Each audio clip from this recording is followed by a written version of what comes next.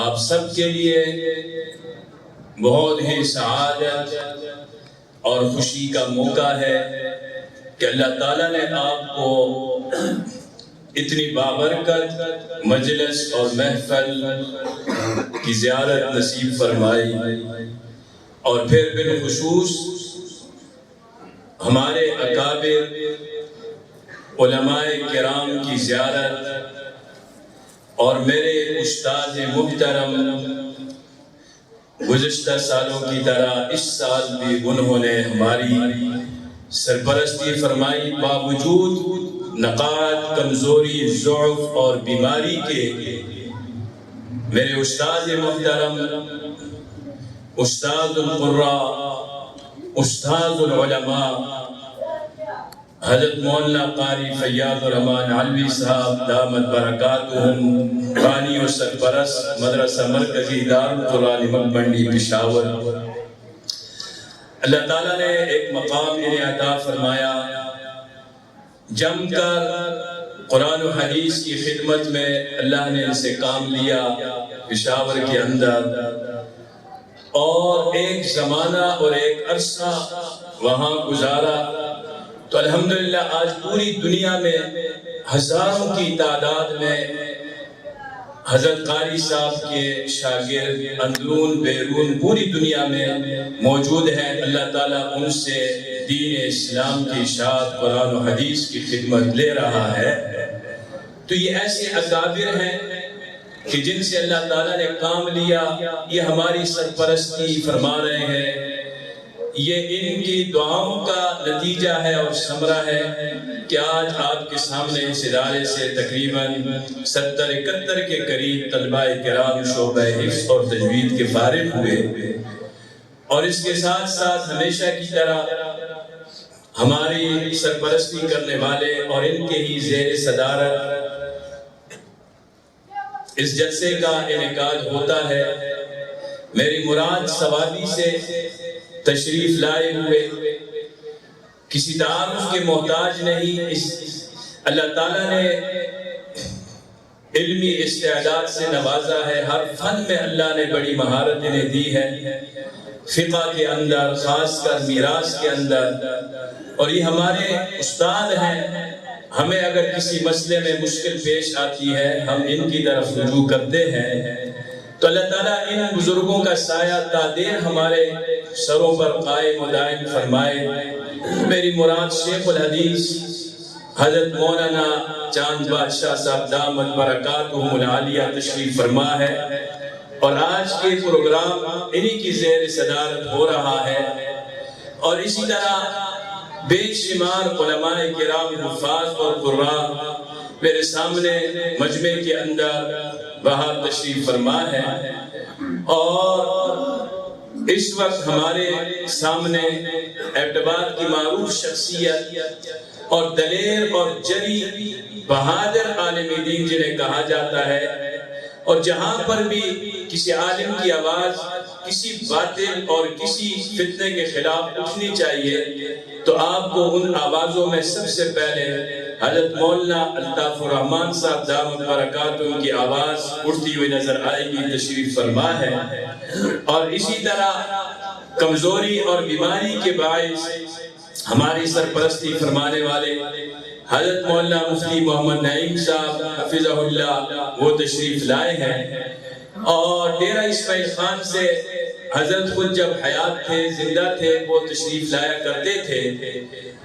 میری مراد حضرت مولانا خلیفہ عبدالقیوم رحمت اللہ علیہ جو آج دنیا میں نہیں ہے، ان کے چھوٹے بھائی بھی تشریف لائے ہیں، شیخ عبدالعزیز دامت برکاتہم اس وقت کے بعد آپ کے سامنے ہوں گے، تو انہوں نے بھی ہماری سرپرستی فرمائی، اور دیگر بے شمار علماء کرام یہاں تشریف فرما ہے۔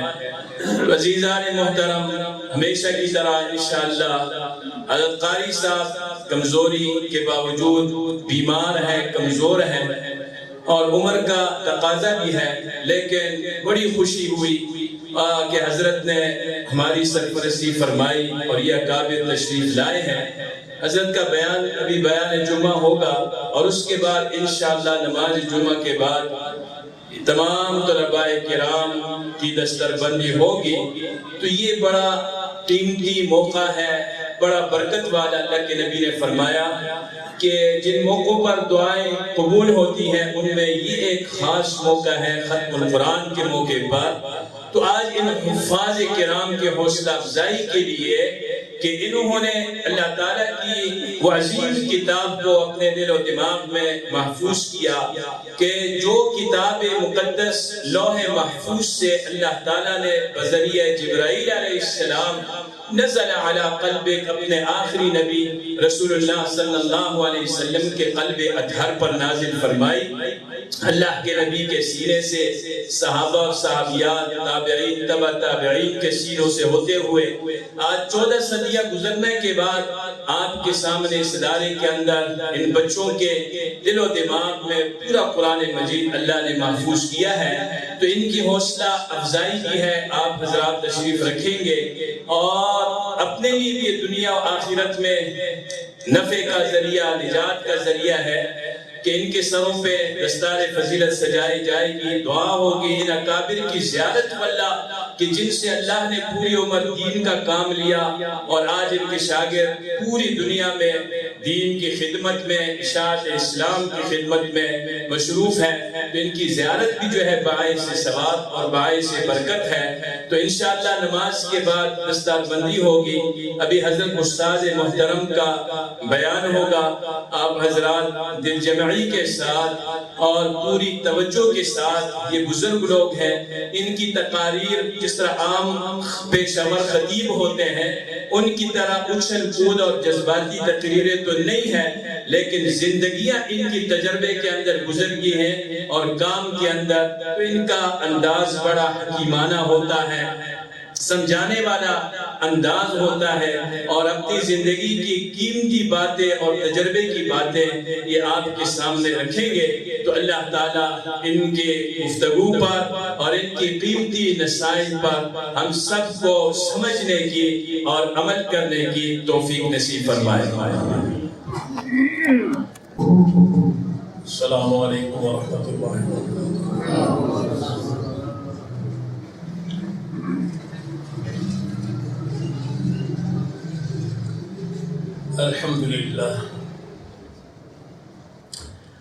الحمدللہ موصولا کما امر، مبارکا طیبا یستنزل الدرار، ذو الفضل والمن والإحسان خالقنا، رب العباد هو الله الذي قهر، حي عليم قدير والكلام له، فرد سميع بصير ما أراد يرى، يا ملجأ الفقراء، يا ملجأ الفقراء والأغنياء ومن ألطافه تكشف الأسواء والضرر، أنت الكريم وغفار الذنوب ومن يرجو سواك فقد أودى وقد خسر، ثم الصلاة على المختار سيدنا محمد علم الهادين والسفراء وعترته، ثم الصحابة، ثم من تلاهم على الإحسان بالخير مقبلا، أما بعد، أعوذ بالله من الشيطان الرجيم، بسم الله الرحمن الرحيم، وكذلك أنزلنا إليكم نورا مبينا،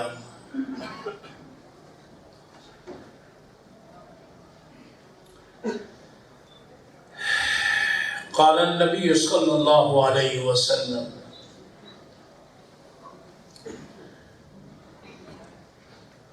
من قرأ القرآن وعمل بما فيه ألبس والداه تاجا يوم القيامة ضوءه أحسن من ضوء الشمس في بيوت الدنيا لو كانت فيكم فما ظنكم بالذي عمل بهذا.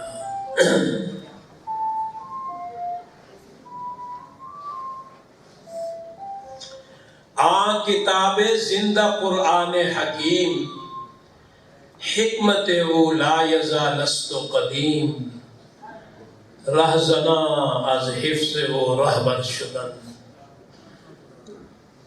از کتاب صاحب دفتر شدن تو نمیدانی کے آئینے دو چیز زیر گردوں سر تمکینے تو چیز. میرے انتہائی قابل احترام جناب شیخ الحدیث شیخ المعقول والمنقول مفتی ماشاءاللہ زبان پشتو ہونے کی وجہ سے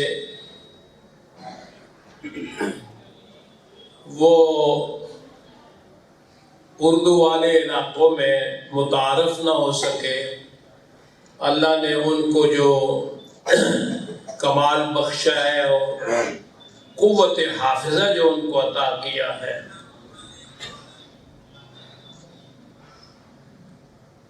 بہت کم جگہوں میں دیکھا گیا ہے. ہمارے مولانا الطاف الرحمن صاحب تو ماشاءاللہ ہمارے جو یہاں کے بہت بڑے جلی خطیب تھے مانسرہ میں، ان کے برخوردار ہیں اور وہی صفات ان کے اندر پائی جاتی ہیں. قاری سیف الرحمن مفتی عالم ماشاءاللہ میرے شاگرد بھی ہیں. ان کے والد ماجد اللہ ان کو غریق رحمت فرمائے، میرے دوست تھے، وہ میرے پاس لے کے آئے ان کو. اللہ نے ان کو بھی نوازا. میں نے بڑے بڑوں کو پڑھایا. بعضوں کے بارے میں میرا یہ خیال تھا کہ یہ زمانے کے ممتاز لوگوں میں سے ہوں گے.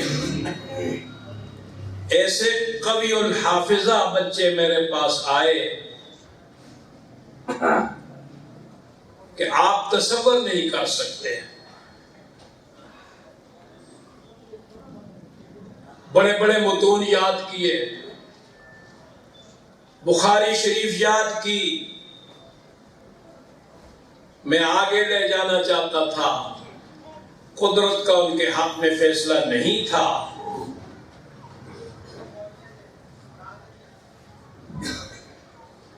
اپنے پیارے حبیب صلی اللہ علیہ وسلم سے فرمایا اِنَّكَ لَا تَهْدِي مَنْ أَحْبَبْتَ وَلَكِنَّ اللَّهَ يَهْدِي مَنْ يَشَاءُ.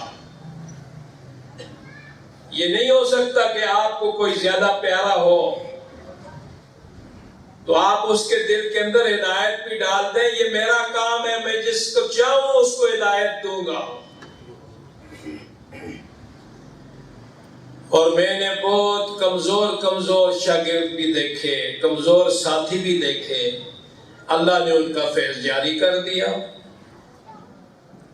یہ سعادت بزور بازو نیستا نہ بخشن خدائے بخشن.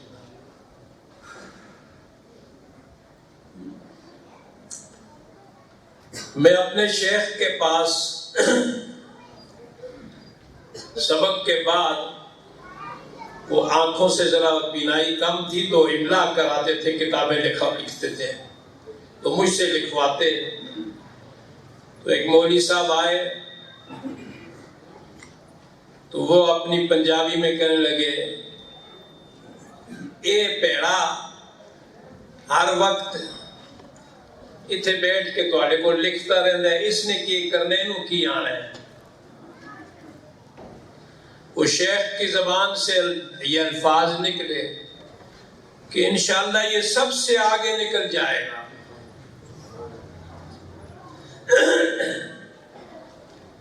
میں سمجھتا ہوں من آنم کے من دانم میں کچھ بھی نہیں ہوں، لیکن اس کی مہربانی ہے. اس وقت میرے پاس 10,000 شاگرد پڑھ رہے ہیں. کم از کم ساری دنیا میں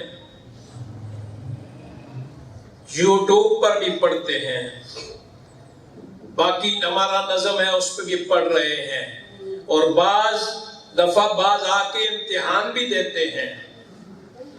بڑے بڑے ڈاکٹر ابو طائب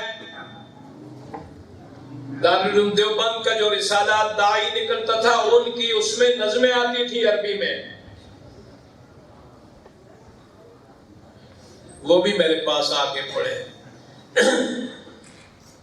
تو بھائی یہ اللہ کی مہربانی ہوتی ہے، جس سے کام لینا چاہے لے لیتا ہے، اور یہ کتاب انقلاب ہے، اور عنوان بھی یہی دیا ہے۔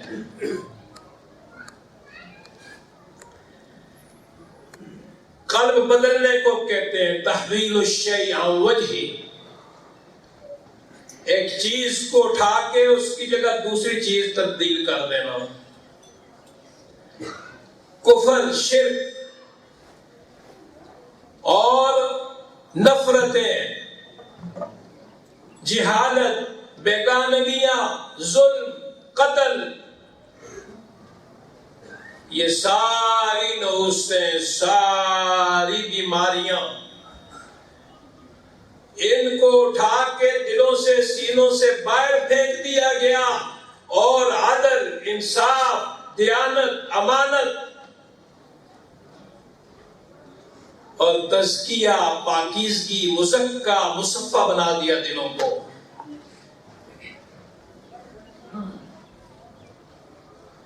راہزنا از حفظ و رہبر شدن، حضرت فضیل بن عیاض رحمت اللہ علیہ، بہت بڑے ولی کامل، ڈاکو ہیں، ڈاکہ مار رہے ہیں، اور ڈاکہ بھی کیسے مارتے تھے؟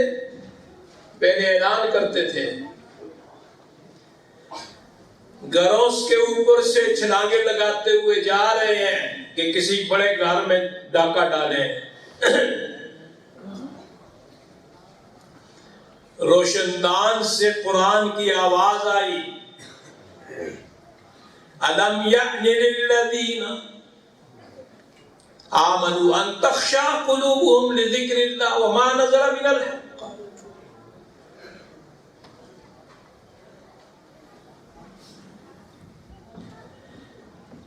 جب آیت دل کانوں سے گزری، دل کے اندر گھس گئی، رک گئے اور چیخ چیخ کے پکارنے لگے، یا میرے رب،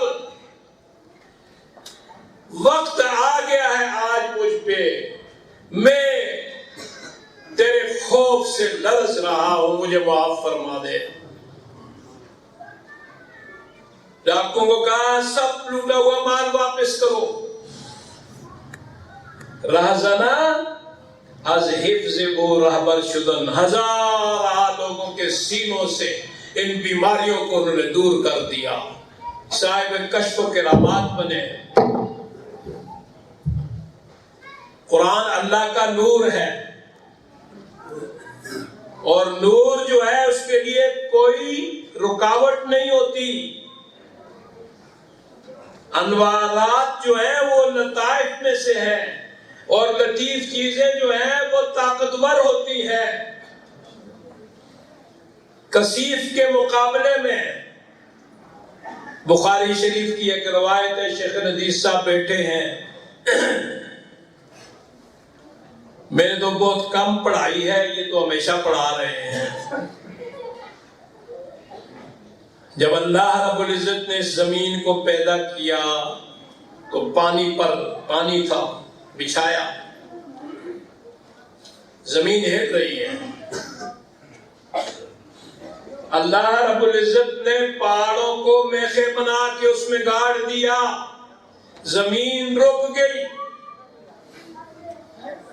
ملائک نے پوچھا، یا رب هل من خلقك شيء اشد من الجبال،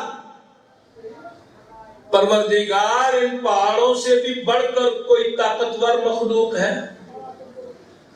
فرمایا ہاں،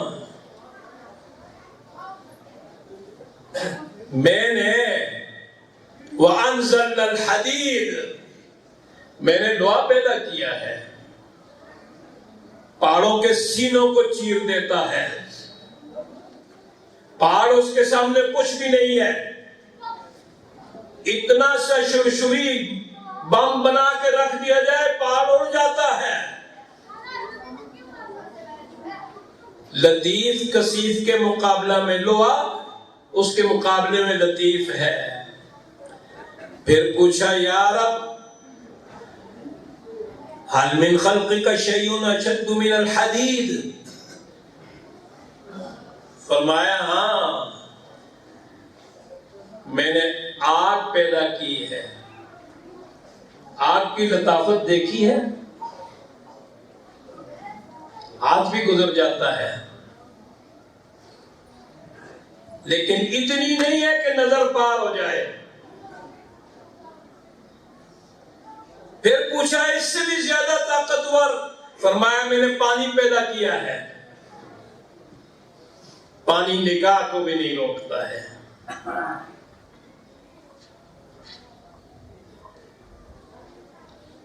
ہوا کے اندر تیر رہا ہے وہ باز، اور دریا کی تہ میں مچھلی کو اپنے شکار کو دیکھ لیتا ہے۔ پانی نگاہ کو بھی نہیں روکتا، اتنا لطیف ہے۔ پھر پوچھا یا اللہ پانی ایک سونامی آ جائے تو بڑے بڑے کنٹینر جو ہے ہوا میں اڑتے ہیں، فرمایا میں نے ہوا کو پیدا کیا ہے۔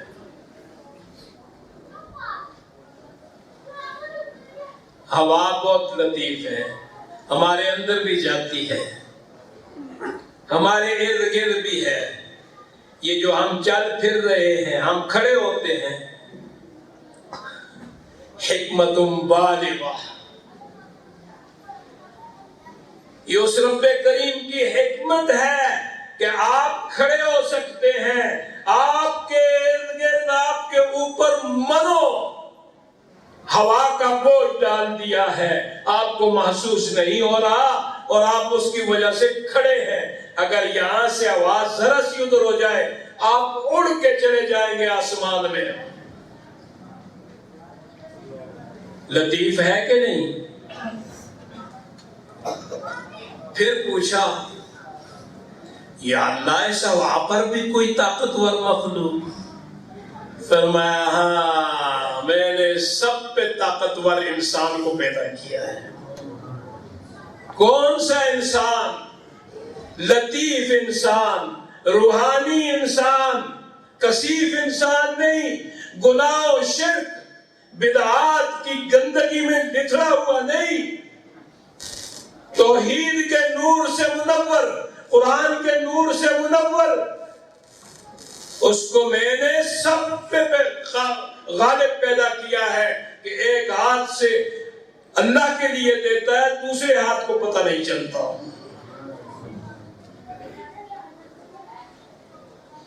قرآن نور ہے، مومن نور ہے، اور ایک نور وہ ہے، یہ تو مانوی نور ہوا، ایک نور جو ہے وہ ظاہری۔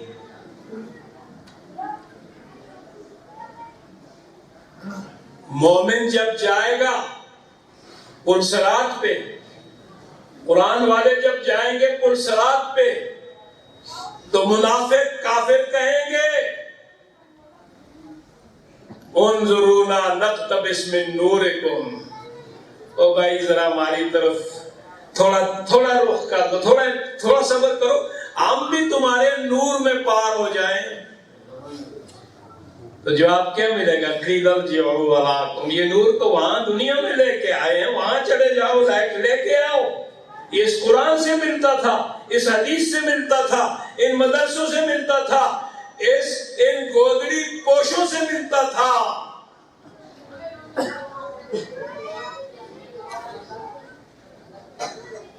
نہ پوچھ ان خلقہ پوشوں کی، ارادت ہو تو دیکھ ان کو، یدے بیضا لیے بیٹھے ہیں اپنی آستینوں میں۔ پھر یہ جو حدیث پڑھی قرآن کے پڑھنے والے کو تو لباس ملے گا، زیور ملیں گے، تاج ملے گا، اس کے والدین کو بھی تاج ملے گا، لباس ملے گا۔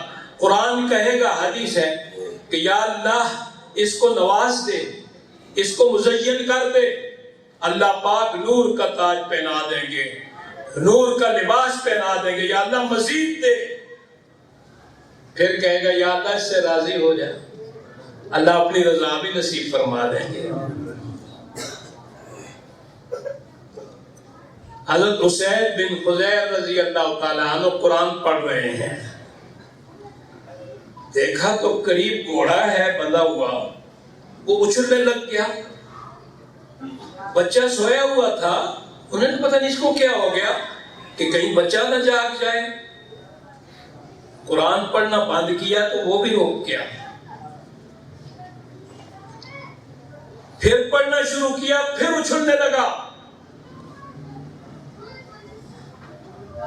سر اٹھا کے دیکھا تو اوپر ایک صاحبان روشنیاں ہیں۔ نبی علیہ السلام کی خدمت میں عرض کیا، فرمایا یہ تو قرآن پڑھ رہا تھا، اللہ نے سکینہ بھیج دیا۔ ہر قرآن پڑھنے والے پر اللہ سکینہ بھیجتے ہیں۔ سورہ کہف پڑھنے والا جو ہے جمعے کے دن، اس کو اللہ پاک سکینہ نصیب فرماتے ہیں۔ اگر تو پڑھتا رہتا تو باقی لوگ بھی اس کو دیکھتے ہیں۔ یہ ظاہری نور ہے میرے بھائیوں، میں زیادہ تفصیل میں نہیں جاؤں گا، وقت بہت کم ہے۔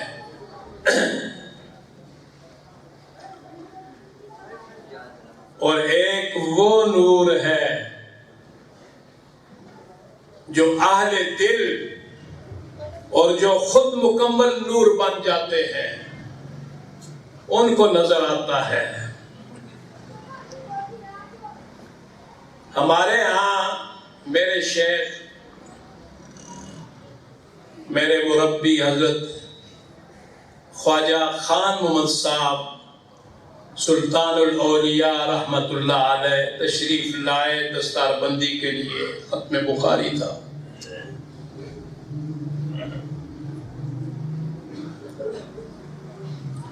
حضرت تھانوی رحمت اللہ علیہ کے خلیفہ مولانا فقیر محمد بکائی،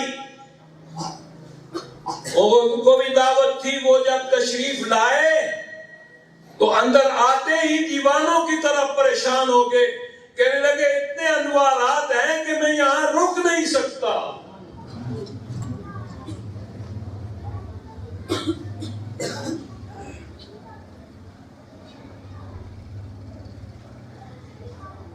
ہاں، مرد مومن کی پیشانی کا نور کب چھپا رہتا ہے پیش ذیشو۔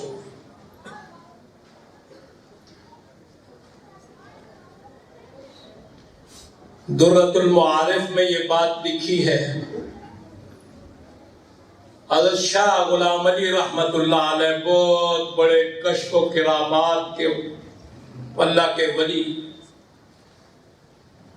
فرماتے ہیں رمضان شریف میں جوانی میں 10 پارے روزانہ پڑھتا اور 10,000 نفی اس بات کا ذکر کرتا تھا، اور اس کے بعد میں دیکھتا تو گلی کوچے سارے منور ہو جاتے۔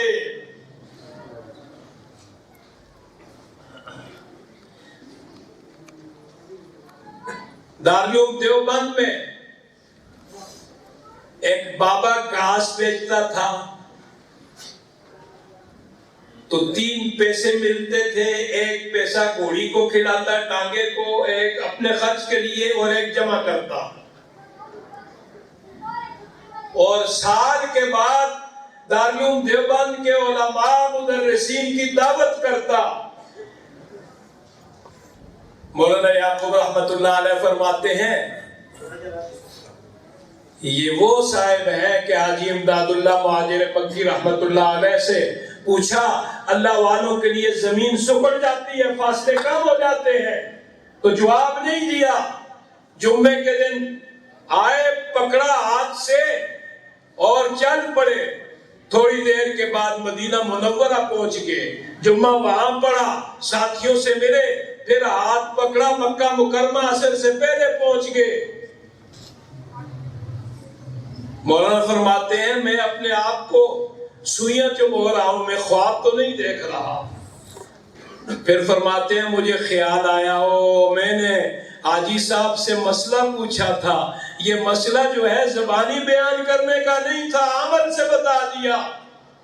تو مولانا فرماتے ہیں ہم سارا سال اس بابا کی دعوت کے انتظار میں ہوتے، 1 سال تک وہ نورانیات جو ہیں وہ ہمیں حاصل رہتی، اور ایک دفعہ ایک لقمہ حرام کا اندر اتر گیا تھا، اور اتنی نحوست کہ قسم کے گناہوں کی طرف رغبت ہونے لگی۔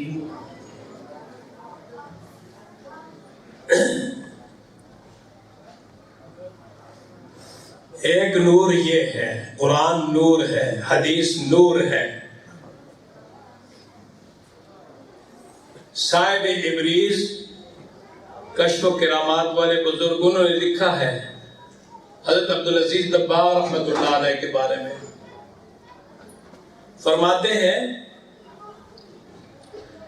کہ ہمارے یہ بزرگ پیر جو تھے یہ امی تھے،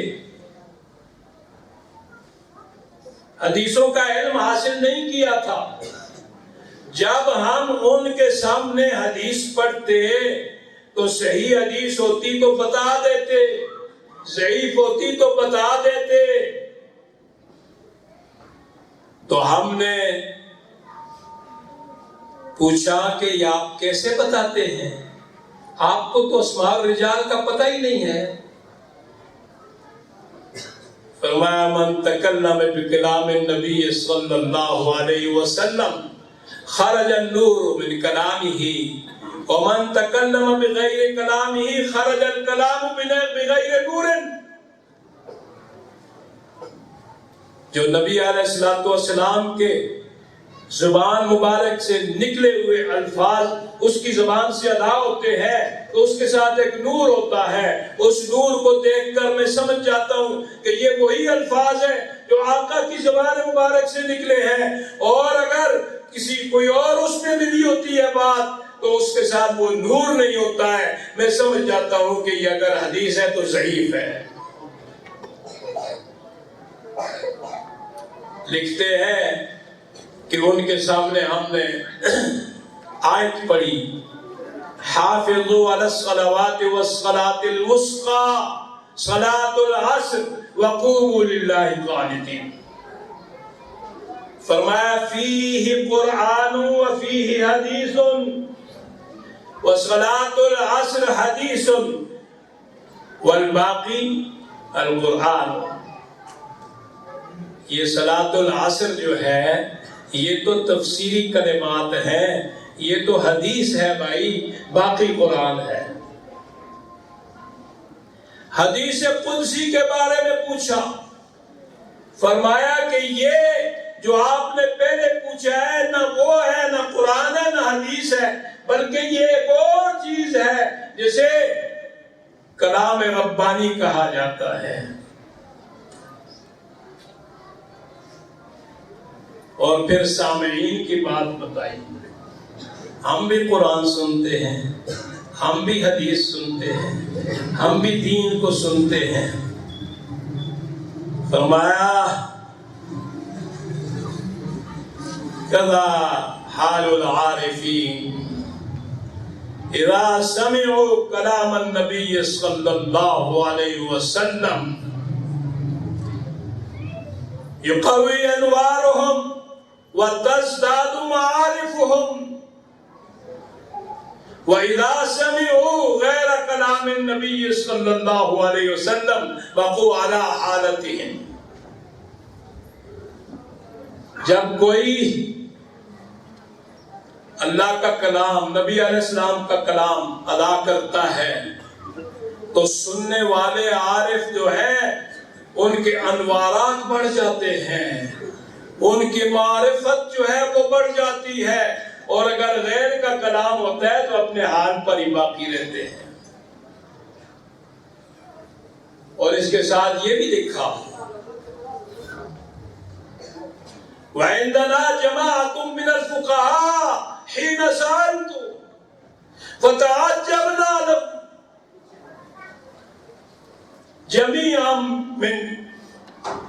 فرمایا کہ ہمارے ساتھ فقہاء کرام کی ایک بڑی جماعت بیٹھی تھی جس وقت ہم ان سے یہ سوالات کر رہے تھے، اور سارے کے سارے متعجب ہوئے۔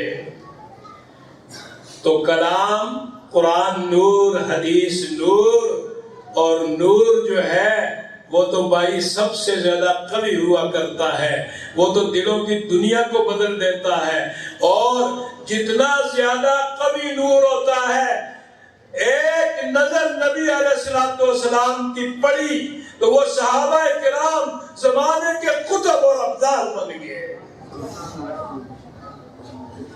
سیدنا ابوبکر صدیق رضی اللہ تعالیٰ عنہ فرماتے ہیں اگر میں رب کو اپنی آنکھوں سے دیکھ لوں تو مجھے جو یقین حاصل ہے اس میں کوئی فرق نہیں پڑے گا۔ یہ تھا ان کا ایمان، یہ تھی یہ کتاب انقلاب۔ اور آج حالت یہ ہے کہ اگر ہم ایک باپ کے دو بیٹے ہیں، افسوس سے کہتا ہوں، تو ایک بیٹا مدرسے میں داخل کیا اور باپ چاہتا ہے یہ زکوٰۃ کھائے، اور دوسرا جو ہے وہ کالج میں داخل کیا تو زیورات بھی بک جاتے ہیں، زمینیں بھی بک جاتی ہیں، اور باپ کی اگر یہی نظر ہے قرآن پڑھانے والے کے بارے میں تو پھر وہ قرآن آگے جو جس نے پڑھا ہے اس کی کیا حالت بدلے گی۔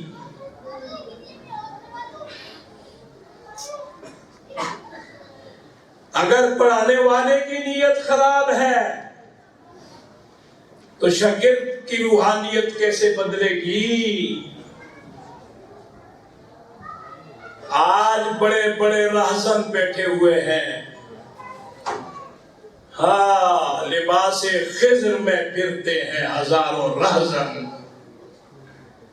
لباس خضر میں پھرتے ہیں ہزاروں راہزن، اگر دنیا میں رہنا ہے تو کچھ پہچان پیدا کر۔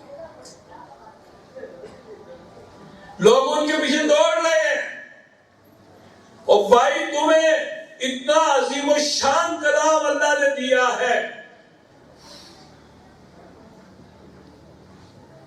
کہ پہاڑ بھی اس کو برداشت نہیں کر سکتے تھے، سمندر بھی اس کو برداشت نہیں کر سکتے تھے، اور وہ آپ کے پاس موجود ہے، نبی علیہ السلام کی حدیث موجود ہے، اور تم در در کی ٹھوکریں کھاتے ہو، کہیں ایک در پہ سجدے کرتے ہو، کبھی دوسرے در پہ سجدے کرتے ہو۔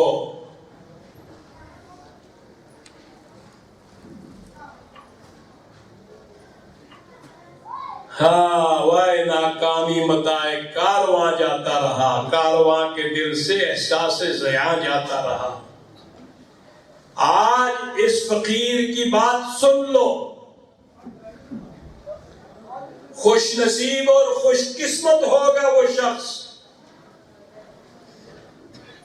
کہ جو قرآن کی خدمت کا سبب بن جائے، ذریعہ بن جائے، جسے اللہ قبول کر لے۔ خدا کی قسم اگر نہ دینے پہ آئے تو آپ لاکھ جتن کریں وہ نہیں دلاتا ہے۔ میں نمک منڈی سے قصہ خوانی تک اب تو نہیں پیدل چل سکتا، بعض دفعہ جاتا تھا چوک یادگار تک، اور پیسے توڑا کے جیب میں ڈالتا، فقیر چمٹ جاتے تھے، اور بعض دفعہ ایسا ہوتا کہ میں وہاں سے واپس آ جاتا اور ایک شخص بھی سامنے نہیں آتا کہ میں اس کو جیب سے نکال کے کچھ دوں، جب نہیں دلانا چاہتا۔ خدا محتاج نہیں ہے، قرآن محتاج نہیں ہے، حدیث محتاج نہیں ہے، دین محتاج نہیں ہے۔ اللہ اللہ جب تک ہوتا رہے گا یہ دنیا قائم رہے گی، جب اللہ اللہ اٹھ جائے گا تو پھر یہ دنیا قائم نہیں رہ سکتی۔ حضرت مولانا ظفر احمد عثمانی رحمۃ اللہ علیہ لکھتے ہیں کہ میں رنگون میں شیخ الحدیث تھا، ایک چھوٹی سی بچی آئی، 3 سال کی بچی، باپ نے مسجد میں اعلان کیا کہ یہ مادرزاد حافظہ ہے، اس کا امتحان لیا، فر قرآن پڑھ رہی ہے، لوگ متاثر ہوئے، بہت بڑا انعام پیسے دیے، پھر وہ مشہور ہو گئی شہر میں، پھر دوسری مسجد، تیسری مسجد، پھر میں نے اس کو بلایا، میں نے کہا دیکھو مال کا ذریعہ مت بناؤ، یہ آیت من آیات اللہ ہے، مادیت کے زور میں اللہ بتا رہے ہیں میں تمہارا محتاج نہیں ہوں، میں اس طرح بھی حفاظت کر سکتا ہوں، ایسا نہ کرو مر جائے گی۔ فرماتے ہیں 1 سال بعد وہ مر گئی، ایک بچہ دارالعلوم دیوبند میں لائے، ممبر پہ بٹھایا، معتمم صاحب نے اس سے سوالات کیے، یہ بات مجھے قاضی فضل قدوس، مفتی فضل قدوس گلگت میں مجھے نے بتائی تھی، جو کشمیر کے عالم تھے دیوبند میں۔ وہ بچہ لایا گیا اور معتمم صاحب نے ممبر پہ بٹھایا، 4 سال کا بچہ فر قرآن سنا رہا ہے۔ مولانا عبدالقیوم ندوی نے بھی پھر یہ واقعہ میں نے دیکھا لکھا ہے۔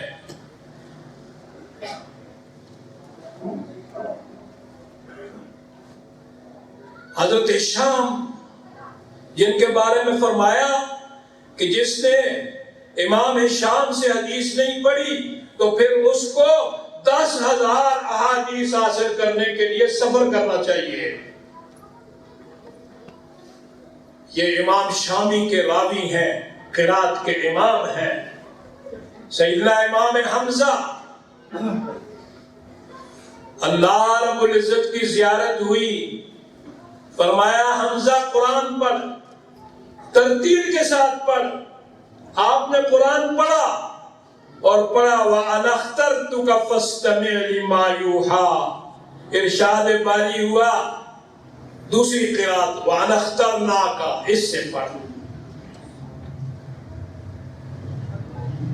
سیدنا ابو عمر بصری یہ قرات کے تیسرے امام ہیں، حج کے لیے جا رہے ہیں، ساتھی کو کہا صحرا ہے، پانی نہیں ہے، نماز قضا ہو رہی ہے، یہاں بیٹھ جاؤ، میں پتہ کرتا ہوں، ابھی آتا ہوں۔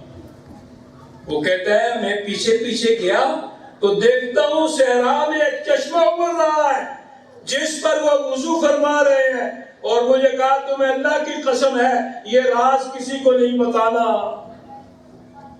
او بھائی وہ لوگ اللہ کی مخلوق کو اللہ سے جوڑنے والے تھے، اللہ والے اللہ کے بندوں کو اللہ سے جوڑتے ہیں، ہم نے رجسٹر بنائے ہوتے ہیں، اپنی ذات کے ساتھ جوڑتے ہیں۔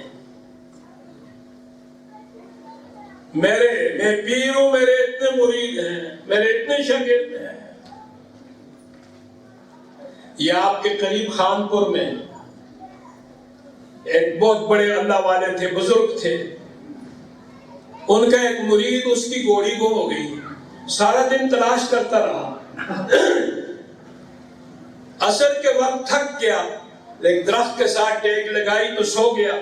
دیکھتے ہیں پیر صاحب آئے اور اس کو کہتے ہیں بچے کیوں پریشان ہے، ذرا اور آگے جاؤ، وہاں تمہاری گھوڑی بندھی ہوئی ہے۔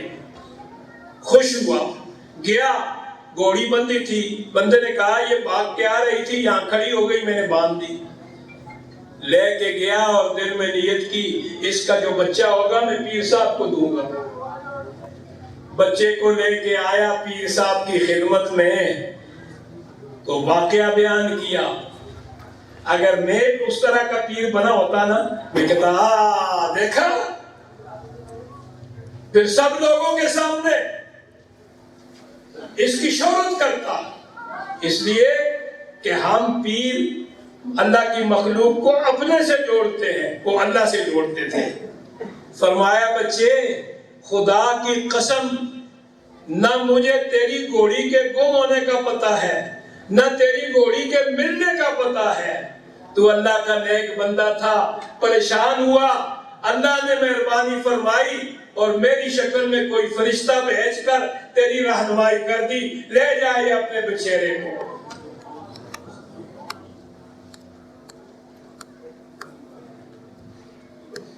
یہ خیال نہ کرنا، یہ خیال نہ کرنا کہ ہم مدرسے میں 2 پیسے دے دیتے ہیں، خدا کی قسم آپ کے پیسوں سے مدرسے نہیں چلتے ہیں۔ گماں مبر کے چو تو بگزری جہاں بگزشت، ہزار شمع بکشتند انجمن باقیس۔ خدا آپ کے پیسوں کا محتاج نہیں ہے۔ میرے مدرسے میں 400 طالب علم کھانا کھانے والے، ایک شخص آٹا دیا کرتا تھا مہینے کا۔ مدرسہ بھرا ہوا ہے، اس نے آٹا بند کر دیا۔ اس کو میں نے تبلیغ میں لگایا، وہ پیسہ سارا ادھر لگا دیا، مرکز خرید کے ان کو دیا۔ میں نے کہا یار اس سال تو چلاؤ نا، میں ان کا کیا کروں؟ او جی کریں گے، یہ کریں گے، وہ کریں گے۔ میں نے کہا اچھا، میں نے کہا یا اللہ میں نے تو کبھی تیری مخلوق سے نہیں مانگا ہے، میں تو رسید بک لے کے نہیں پھر رہا ہوں، میں نے تجھ سے مانگا ہے۔ سحری کا وقت تھا، سجدے میں رو کر میں نے اللہ سے دعا کی، یا اللہ مجھے آج تک تو نے بچایا ہے اپنی مخلوق سے مانگنے سے، یا اللہ مجھے اب بھی بچا۔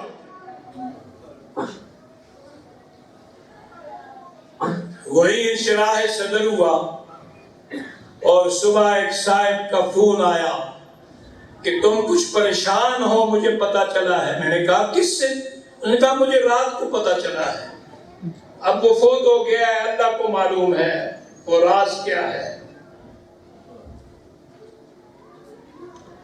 میں اپنی زندگی کے راز آپ کو کھول کے بتاؤں، آپ کے ہوش اڑ جائیں۔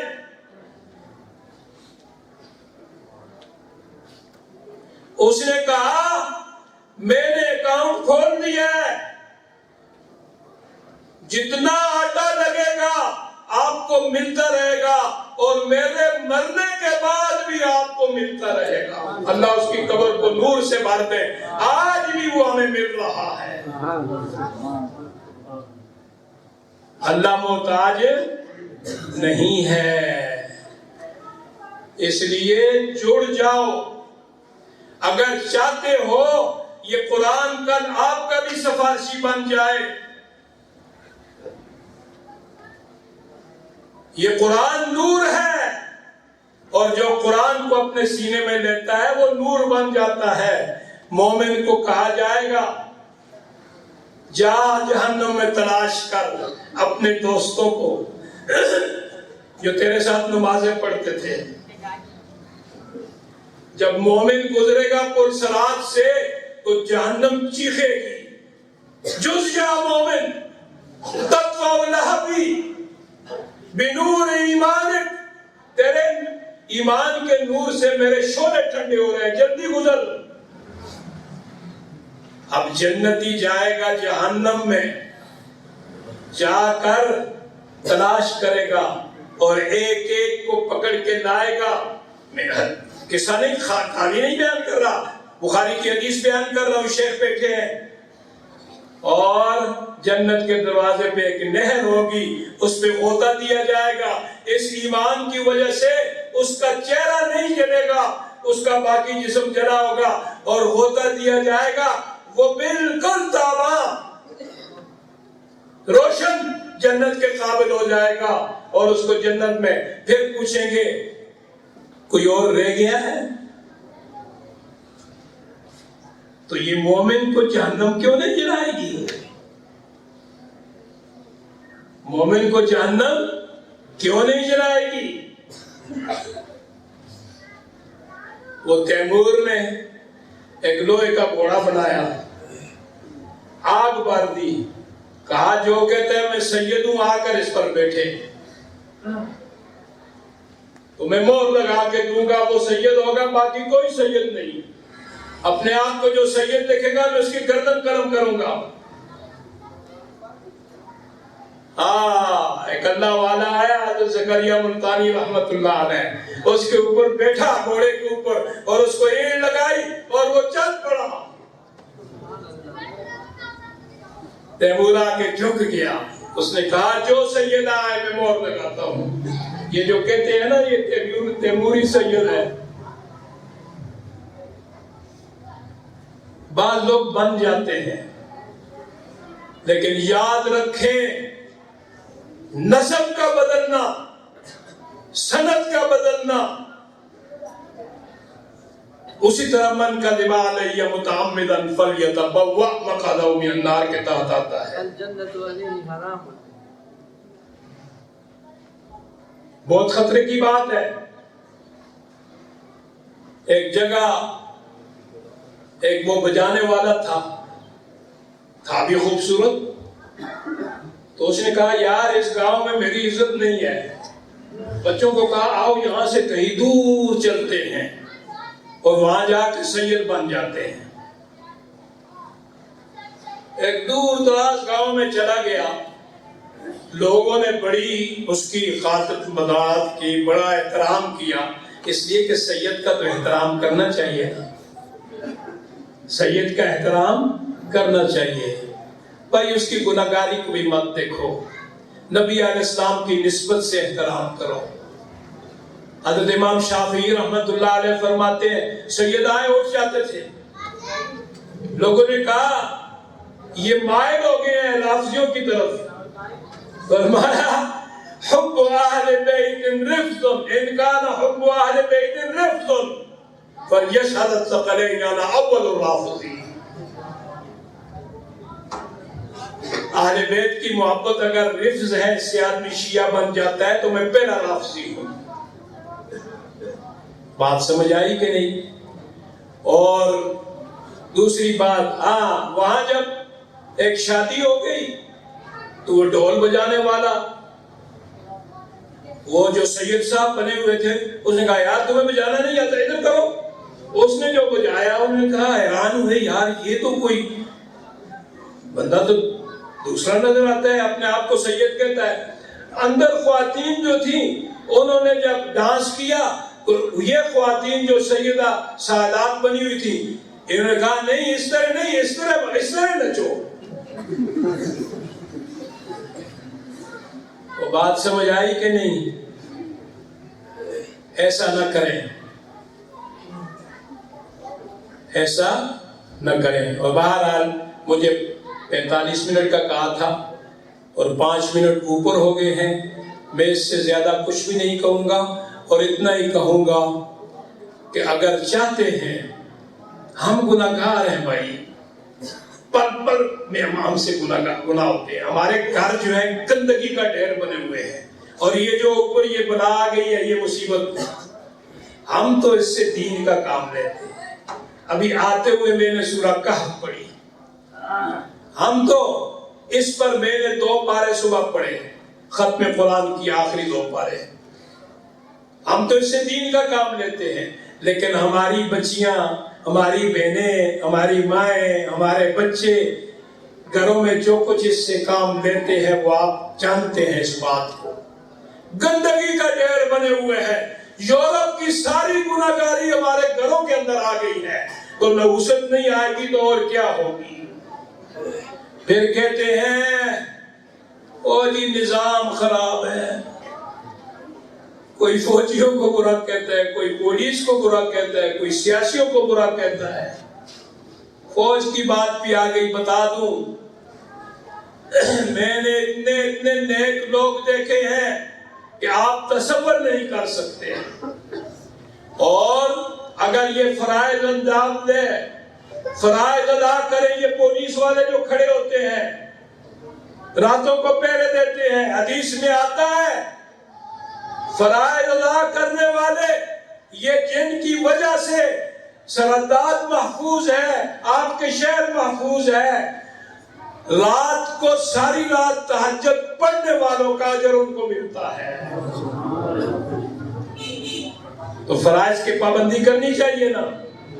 ان کے بچے بھی بہترین قاری، میرے بہت سے شاگرد جو ہیں وہ فوج میں اتنے عمدہ قاری ہے کہ ان کا آپ سنیں 10 قراتیں ثبت ہیں اور ہر روز ایک پارہ ایک روایت میں پڑھتے ہیں.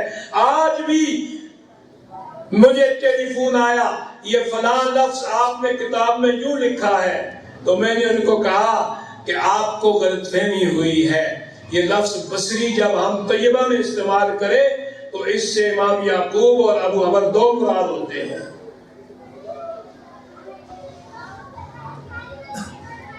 بات سمجھ آئی کہ نہیں؟ تو بھائی یہ کام کرنے کا ہے اور یہ نہ سمجھے یہ ان کا کام ہے, یہ آپ کا کام ہے, یہ آپ کا فرض ادا کر رہے ہیں. ورنہ آپ سارے کے سارے مسئول ہوں گے کل قیامت کے دن کہ آپ نے دین کے لیے کیا کیا. باقی آپ کی مرضی, ہم آپ سے سوال نہیں کرتے ہیں, ہم آپ سے چندے نہیں مانگتے ہیں. اگر آپ چاہتے ہیں کہ آپ کا پیسہ کسی اچھی جگہ میں لگ جائے اور آپ قرآن کے خادموں میں شمار ہو جائیں تو پھر آپ کو کرنا چاہیے, اور اگر اس کی آپ کو ضرورت نہیں ہے تو کوئی بات نہیں ہے, اللہ پاک حفاظت فرمائیں گے بغیر اس کے بھی. وآخر دعوانا الحمدللہ رب العالمین.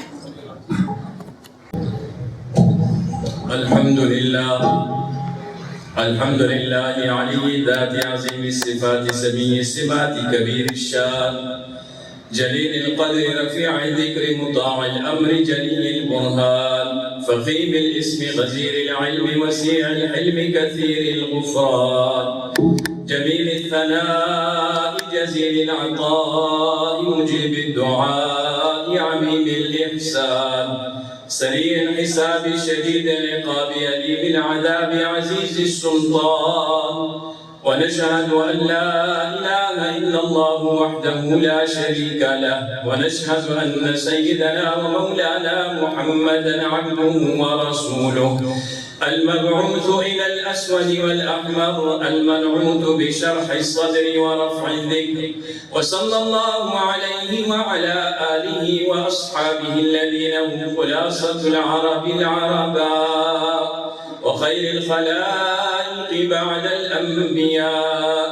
أما بعد فيا أيها الناس وحدوا الله فإن التوحيد رأس الطاعات, واتقوا الله فإن التقوى ملاك الحسنات, وعليكم بالسنة فإن السنة تهدي إلى الإطاعة, ومن أطاع الله ورسوله فقد رشد واهتدى. وإياكم والبدعة فإن البدعة تهدي إلى المعصية, ومن يعص الله ورسوله فقد ضل وغوى. وعليكم بالصدق فإن الصدق ينجي والكذب يهلك, وعليكم بالإحسان فإن الله يحب المحسنين. ولا تقنطوا من رحمة الله فإنه أرحم الراحمين, ولا تحبوا الدنيا فتكونوا من الخاسرين. ألا وإن نفسا لن تموت حتى تستكمل رزقها, فاتقوا الله وأجملوا في الطلب وتوكلوا عليه فإن الله يحب المتوكلين. وادعوه فإن ربكم مجيب الداعين, واستغفروه يمددكم بأموال وبنين. أعوذ بالله من الشيطان الرجيم. إن هذا القرآن يهدي للتي هي أقوم. بارك الله لنا ولكم في القرآن العظيم, ونفعنا وإياكم بالآيات والذكر الحكيم. أستغفر الله لي ولكم ولسائر المسلمين فاستغفروه إنه هو الغفور الرحيم.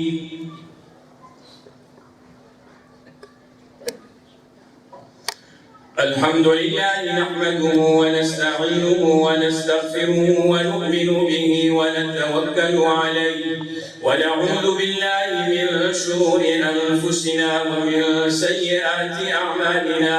من يهده الله فلا مضل له, ومن يضلله فلا هادي له. ونشهد أن لا إله إلا الله وحده لا شريك له ونشهد أن سيدنا ومولانا محمدا عبده ورسوله. أعوذ بالله من الشيطان الرجيم. إن الله وملائكته يصلون على النبي يا أيها الذين آمنوا صلوا عليه وسلموا تسليما.